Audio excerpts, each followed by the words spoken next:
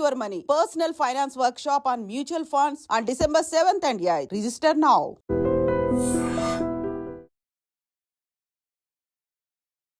Hi guys, welcome to I dream. నేను మీ Chanakya.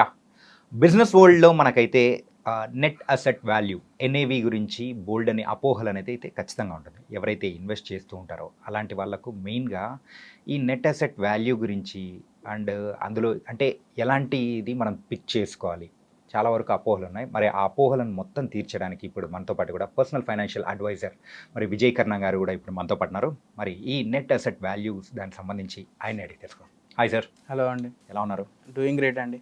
Nice sir. Webinar ద్వారా కూడా మంచి మంచి సలహాలు అనేది కూడా అందరికీ ఇస్తూ ఉన్నారు. ఆ వెబినార్ అటెండ్ అయిన వాళ్ళు కూడా కొంతమంది పర్సనల్గా కూడా మెసేజెస్ పెట్టారు. Exactly, it was nice. And కొంతమంది అయితే నాకు మన కామెంట్స్లో కూడా ఎన్ఏవి గురించి చెప్పండి, సో నెట్ అసెట్ వాల్యూస్ అయితే చిన్నవి పిక్ చేసుకోమంటున్నారు, కొంతమంది అయితే పెద్దవి వద్దు అని చెప్పేసి ఇలా సజెషన్స్ అనేది కూడా ఇస్తూ ఉన్నారు. ఇది ఎంతవరకు మంచిది అని చెప్పేసి అంటున్నారు. మీరు అన్నట్లుగా webinar response was really good and I'm really happy for this opportunity అండి. ఐ డ్రీమ్ మీడియా త్రూ ఇంతమందికి మనము ఫినాన్షియల్ నాలెడ్జ్ మనం స్ప్రెడ్ చేయడానికి ఇది మంచి ఆపర్చునిటీగానే ఫీల్ అవుతున్నాను. Thank you for that. And coming to మన టాపిక్ నెట్ అసెట్ వాల్యూ గురించి మనం మాట్లాడుకుంటే, ఇది మిస్ఇన్ఫర్మేషన్ కంటే ల్యాక్ ఆఫ్ ఇన్ఫర్మేషన్ అనేది మనం అనుకోవచ్చండి. నెట్ అసెట్ వాల్యూ అంటే మనం లాస్ట్ వీడియోస్లో తెలుసుకున్నట్టుగా మనం ఎంతైతే ఇన్వెస్ట్ చేస్తామో అన్ని యూనిట్స్ మనకి వస్తాయి మ్యూచువల్ ఫండ్స్లో. ఆ యూనిట్స్ క్యాలిక్యులేషన్ అనేది బేస్డ్ ఆన్ ఎన్ఏవి, అంటే మీరు ఏ రోజైతే ఇన్వెస్ట్ చేస్తారో ఆ రోజు నెట్ అసెట్ వాల్యూ ప్రకారం మీకు యూనిట్స్ అనేవి అలొకేట్ అవుతాయి.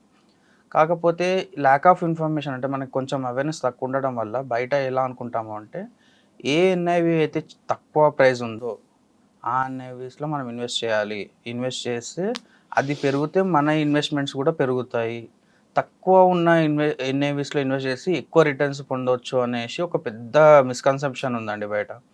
అది 100% రాంగ్ అండి. ఎందుకు అంటున్నానంటే, అన్ని ఎన్ఏవిస్ కానీ అన్ని ఎప్పుడైతే ఫండ్స్ స్టార్ట్ అవుతాయో స్టార్టింగ్లో 10 రూపీస్ నుంచి ఎన్ఏవిస్ స్టార్ట్ అవుతాయి. అవి గ్రాడ్యువల్గా over the period of time పెరుగుతాయి, తగ్గుతాయి, ఇన్ బిట్వీన్ ఫ్లక్చువేట్ అవుతుంటాయి.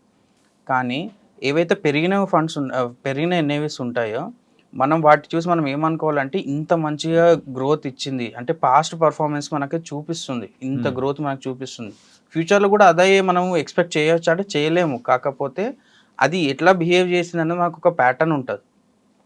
అదే మీరు తక్కువ ఎన్ఏవిస్ ఉన్నది తీసుకున్నారనుకోండి, అది నెక్స్ట్ ఎట్లా రియాక్ట్ అవుతుందో కూడా మనకు తెలియదు. First thing. Second thing, NAV returns అనేది మనకి చాలామంది ప్రైజ్ని అంటే ఇప్పుడు 10 రూపీస్ నుంచి 20 రూపీస్, 20 రూపీస్ నుంచి 30 రూపీస్ ఇస్తారు, కానీ పర్సంటేజ్ వైజ్గా ఎవరు చూడరు. పర్సంటేజ్ వైజ్గా చూడాలి మనం ఫస్ట్ థింగ్. అక్కడ మనం సిఏజిఆర్, ఎక్స్ఐఆర్ఆర్, లాస్ట్ టైం మనం అబ్జల్యూట్ రిటర్న్స్ అన్ని డిఫరెంట్ కాన్సెప్ట్స్ మనం చూసుకున్నాం కదా మ్యూచువల్ ఫండ్స్లో. ఆ రిటర్న్స్ ప్రకారం మనం చూసుకోవాలి, కానీ ఎన్ఏవి ప్రైస్ మాత్రం ఎప్పుడు కన్సిడర్ చేయొద్దు మనం. అది. And next thing, actual fact ఏంటి అంటే ఎన్ఏవి అనేది ఎవ్రీడే చేంజ్ అవుతుంటుంది. మనకి జస్ట్ లైక్ స్టాక్ మార్కెట్లో స్టాక్స్ ఎలా చేంజ్ అవుతాయో కానీ అది చేంజ్ అవుతుంది, కానీ స్టాక్ మార్కెట్లో స్టాక్స్ రియల్ టైంలో చేంజ్ అవుతుంటాయి.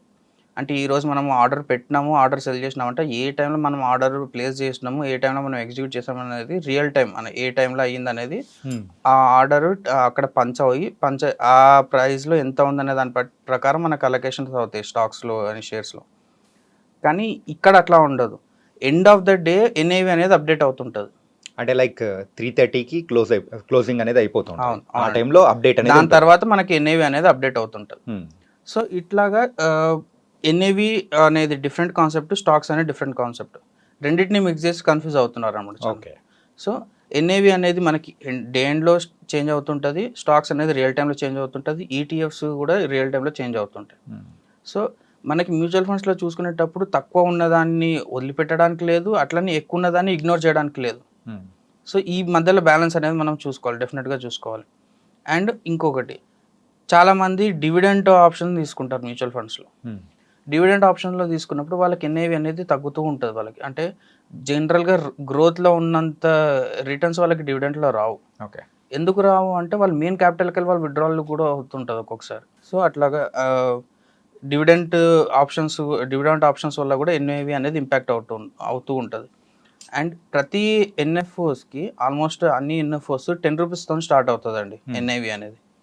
సో మనం ఏమనుకుంటామంటే 10 రూపీస్ దగ్గర ఉంది తీసుకోవాలి, పెరుగుతుంది అమ్మేయాలి అని అనుకుంటారు, కానీ చాలా మంది అట్లా చేసుకొని స్టక్ అయ్యారు. చాలా మంది లాస్ట్ ఇయర్ కొన్ని ఎన్ఎఫ్ఓస్ వచ్చాయి, నేను పేర్లు చెప్పాను కానీ కొన్ని ఎన్ఎఫ్ఓస్ వచ్చాయి, పెద్ద పెద్ద కంపెనీస్వే, కానీ ఇప్పటికీ 6% 7% నెగిటివ్స్లో ఉన్నాయి యాక్చువల్. ఓకే.